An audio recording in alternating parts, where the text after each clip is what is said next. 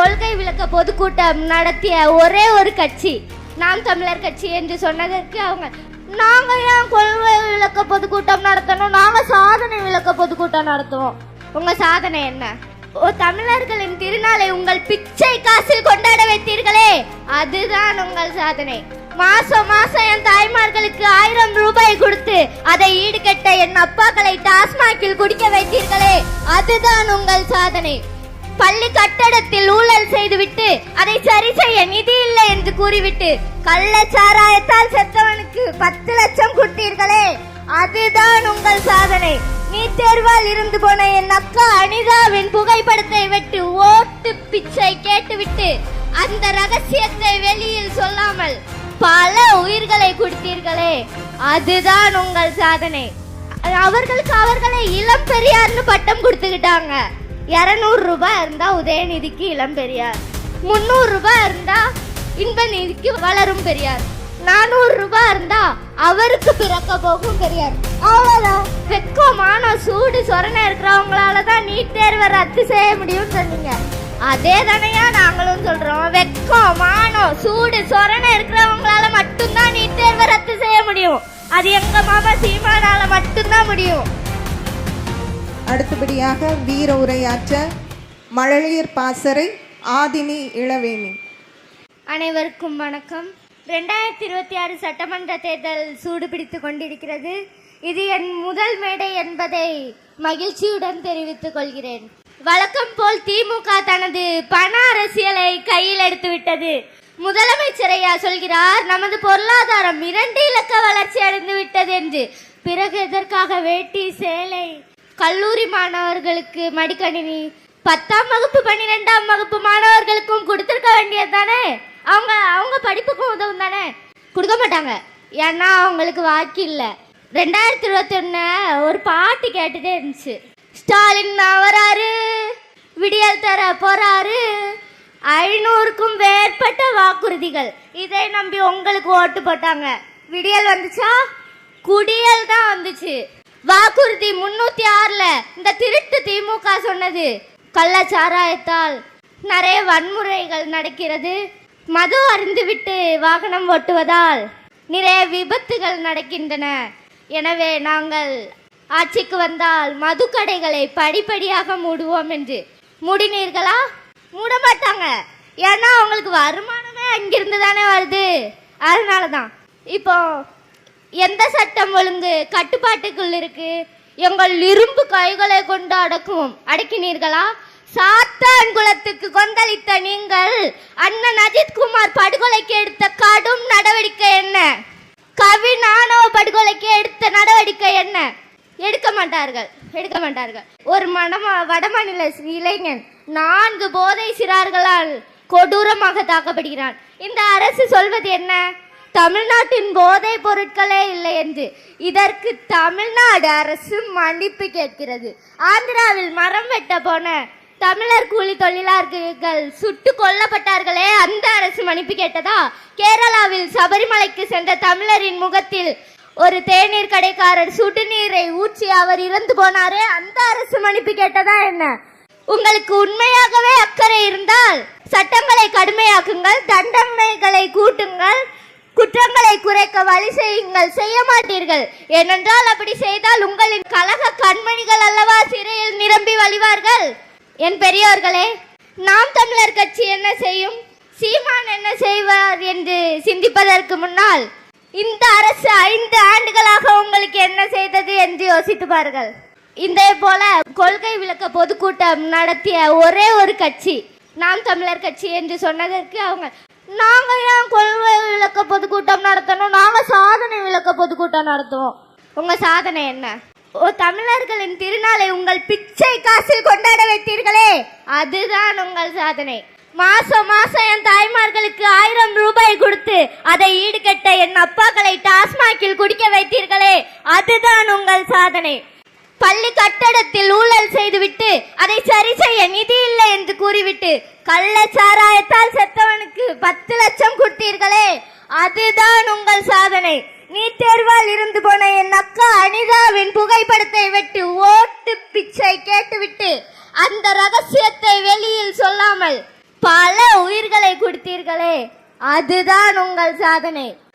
அவர்களுக்கு அவர்களை இளம் பெரியார்னு பட்டம் கொடுத்துக்கிட்டாங்க.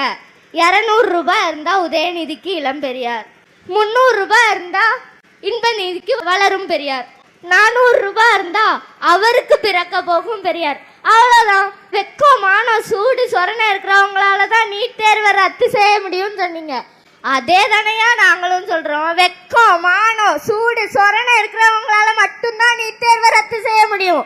அது எங்க மாமா சீமானால மட்டும்தான் முடியும். 5க்கும் 10க்கும் வேட்டிக்கும் சேலைக்கும் அரிசிக்கும் பருப்புக்கும் வாக்களிக்கும் கேவலம் முதல்ல மாற வேண்டும். 2016 அரசியலையே எங்க மாமா சீமான் சொன்னாங்க, மக்களே இந்த திருட்டு திமுக கையில் ஆட்சியை கொடுத்து விடாதீர்கள். 10 ஆண்டுகள் அதிகார பசியில் இருக்கிறார்கள், தமிழ்நாட்டையே சுடுகாடாக்கி விடுவார்கள் என்று. என்ன நடந்தது? கிருஷ்ணகிரியிலிருந்து கன்னியாகுமரிக்கு மலைகள் சுரண்டி எடுக்கப்பட்டதா இல்லையா? என் குமரி மண்ணின் மலை வளம் சுரண்டி எடுக்கப்பட்டதா இல்லையா? என் மாமா சீமான் மட்டும் அதிகாரத்தில் இருந்தால் தமிழ்நாட்டில் இருந்து ஒரு கல்லை கூட அல்ல எடுத்து கொண்டு போக வேண்டும் என்ற எண்ணம் கனவில் கூட வந்திருக்குமா? செருப்பு போட்டு நடந்தால் பூமி தாய்க்கு வலிக்கும் என்று செருப்பு போடாமல் நடப்பவர் ஐயா எம்ஆர் காந்தி அவர்கள் என்று நான் கேள்விப்பட்டேன். ஐயா, செருப்பு போட்டு நடந்தா பூமி தாய்க்கு வலிக்கும், அந்த மலையை வெட்டி எடுக்கும் போது அவளுக்கு வலிக்காதாயா? இதெல்லாம் இது கேட்க அமைச்சர் பெருமக்கள் யாருமே இல்லையா? நாங்கள் மட்டும்தான் இருக்கோம். இல்லை, செவிலியர் போராட்டம், தூய்மை பணியாளர்கள் போராட்டம், இடைநிலை ஆசிரியர்கள் போராட்டம் என்று எத்தனையோ முக்கிய பிரச்சனைகள் இருக்கு. அதெல்லாம் கண்டுக்காம முதலமைச்சர் ஐயா ஜனநாயகன் படத்திற்கு ஆதரவாக பதிவு போடுகிறார். முதலமைச்சர் பதிவு போடுவதெல்லாம் இருக்கட்டும், பக்காமாஸ் கட்சி தலைவர் அவர்களே, நீங்கள் ஏன் அமைதியாக இருக்கிறீர்கள்? சிஎம் அங்கிள் கேட்டுதா அங்கிள்? நரேந்திர தாமோதர் மோடி அவர்களே என்று கத்தினீர்களே, தைரியம் இருந்தா இப்போ கத்துங்க பார்ப்போம். இதுல பாட்டு வேற, எதிர்காலம் வரும் என் கடமை வரும் இந்த கூட்டத்தின் ஆட்டத்தை ஒழிப்பேன். இதுக்கு முன்னாடி 2 வரி வருமே, அதையா நீங்க பாடல? சிலர் ஆசைக்கும் தேவைக்கும் வாழ்விற்கும் வசதிக்கும் ஊரார் கால் பிடிப்பார், அதில் மானமில்லை ஒரு ஈனமில்லை அவர் எப்போதும் வால் பிடிப்பார். இவர் நம்மள காலத்துல இல்லாதவங்க சொல்றாரு. What bro, this is very wrong bro. உங்க தலைவர் ஈவே ராமசாமிய மாதிரி சொத்தை காப்பாற்ற வளர்ப்பு மகளே திருமணம் செய்து கொண்டவர் அல்ல எங்கள் தலைவர். மொழிக்காகவும் இனத்திற்காகவும் தன் செல்ல பிள்ளை எங்கள் இளவரசனை போர்க்களத்திலேயே பலி கொடுத்தவர் எம் தலைவர் மேதகுவே பிரபாகரன். உங்கள் கட்சி தலைவரை போல் தன்னை பார்க்க தன்னை நம்பி வந்தவர்கள் உயிர் போகும்போது திரும்பி பாராமல் ஓடியவர் அல்ல எம் தலைவர்.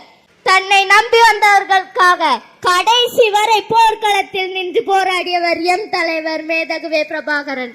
அதே போல்தான் எங்கள் மாமா சீமானும் எங்களை பாதியில் விட்டு செல்ல மாட்டார். கேவலம் ஒரு சீட்டிற்காகவும் பணத்திற்காகவும் எங்களை அடமானம் வைக்க மாட்டார்.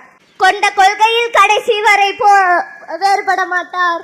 கடைசி வரை நின்று போராடுவார், சத்தியமாக போராடுவார். இப்படி உங்களால் சொல்ல முடியுமா? சொல்ல முடியாது.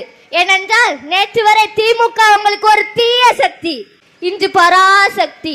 அவ்வளவுதான் உங்கள் அரசியல் புரிதல். பெரியோர்களே, நீங்கள் ஒரு இலவசத்திற்காகவும், கேவலம் ஒரு இலவசத்திற்காக மாதம் மாதம் 1000 ரூபாய்க்காக எங்கள் தலையெழுத்தை அடமானம் வைத்து விடாதீர்கள். நாங்கள் அடிமையாக வாழ்வதை வெறுக்கிறோம். உங்கள் ஒரு ஓட்டு எங்கள் தலையெழுத்தையே மாற்றி அமைக்கும். பசி, பஞ்சம், ஊழல், கொலை, கொள்ளை, சாதிய இழிவு, தீண்டாமை, அடக்குமுறை, ஒடுக்குமுறை, பெண்ணிய அடிமைத்தனம், பாலியல் வன்கொடுமை, இது ஏதுமற்ற ஒரு தேசம் அமைய காட்டு வளம், கனிம வளம், மண் வளம், மலை வளம், கடல் வளம், இதையெல்லாம் பாதுகாக்கின்ற ஒரு அரசை, கல்வி, கல்விக்கேற்ற வேலை, வேலைக்கேற்ற சம்பளம், அதுக்கேற்ற பெருமை மிக்க வாழ்வு, இதையெல்லாம் என் மக்களுக்கு தர வேண்டிய ஒரு அரசை இலவசத்திற்கு கையேந்துகிற ஒரு இழிநிலையை என் மக்களுக்கு தராது. இலவசத்திற்கு நிலையில்லாத வாழ்க்கை தரத்தை உயர்த்த நீங்கள் வாக்களிக்க வேண்டிய சின்னம் நாம் தமிழர் விவசாய சின்னம். 2026 உறுதியாக வெல்வோம். நன்றி, வணக்கம். நாம் தமிழர். தமிழ் தாய் வாழ்க, தலைவர் கரண் வாழ்க. விடியல் அரசிற்கு சாட்டை அடி கொடுத்த மழலையர் பாசறை ஆதினிக்கு புரட்சி வாழ்த்துக்கள்.